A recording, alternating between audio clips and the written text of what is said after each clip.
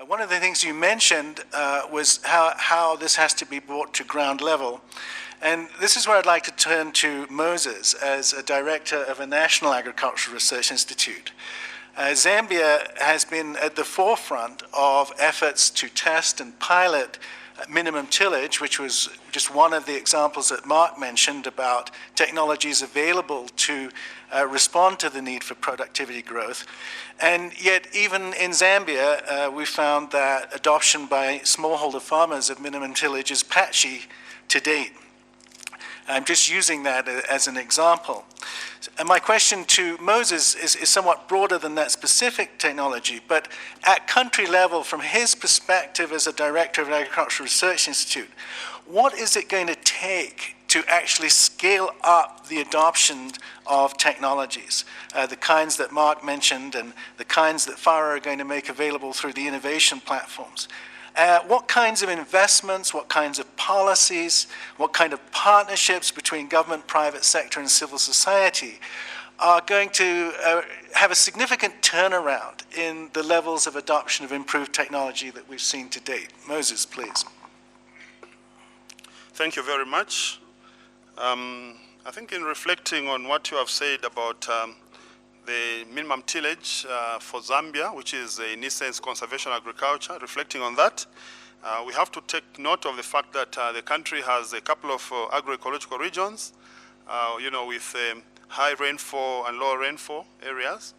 But when such technologies were first introduced, the problem was that it was wholesomely introduced. Of course, conservation agriculture has facets like minimum tillage, soil cover, crop rotations, but also with accompanying technologies like liming and or potholing or basins.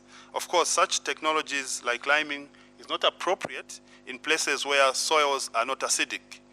And also potholing may not be appropriate in places where you have too much rainfall, because of course you have microclimate in the basins and therefore crop will not do very well. So in reflecting on that, we must obviously take cognizance of the fact that wherever we have different agroecological regions, we need to target the technologies. We need to make sure that, first of all, we come up with a farm typologies. What are we talking about in terms of the socio-economic, cultural, and biophysical conditions that we are dealing with, so that those technologies that are working well in a given agroecology are then extended to similar agroecologies. Of course, what needs to be done, I think we need to make sure that we mechanize the systems, because relying on small-scale systems may not be appropriate. We need to mechanize the system.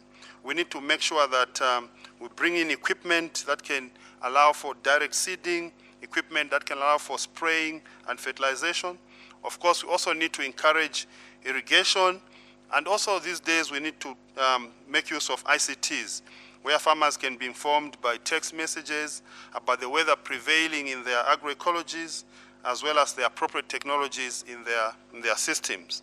Also, on the part of policy, on the part of government, I think we need to have cohesive and consistent policies.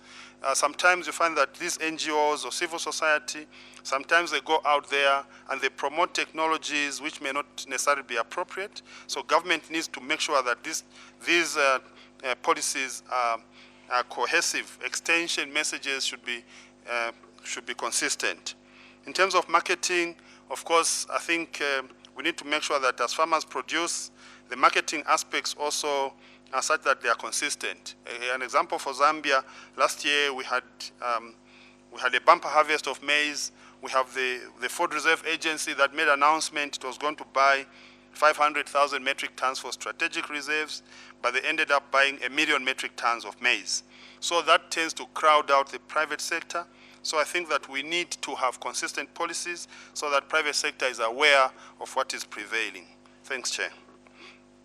Moses, thank you very much indeed. That was a very, very helpful unpacking of the set of conditions that are needed for successful technology adoption, including marketing policies and the impact, the negative impact that could have if it's not designed in a way that is conducive to technology adoption. Thank you very much.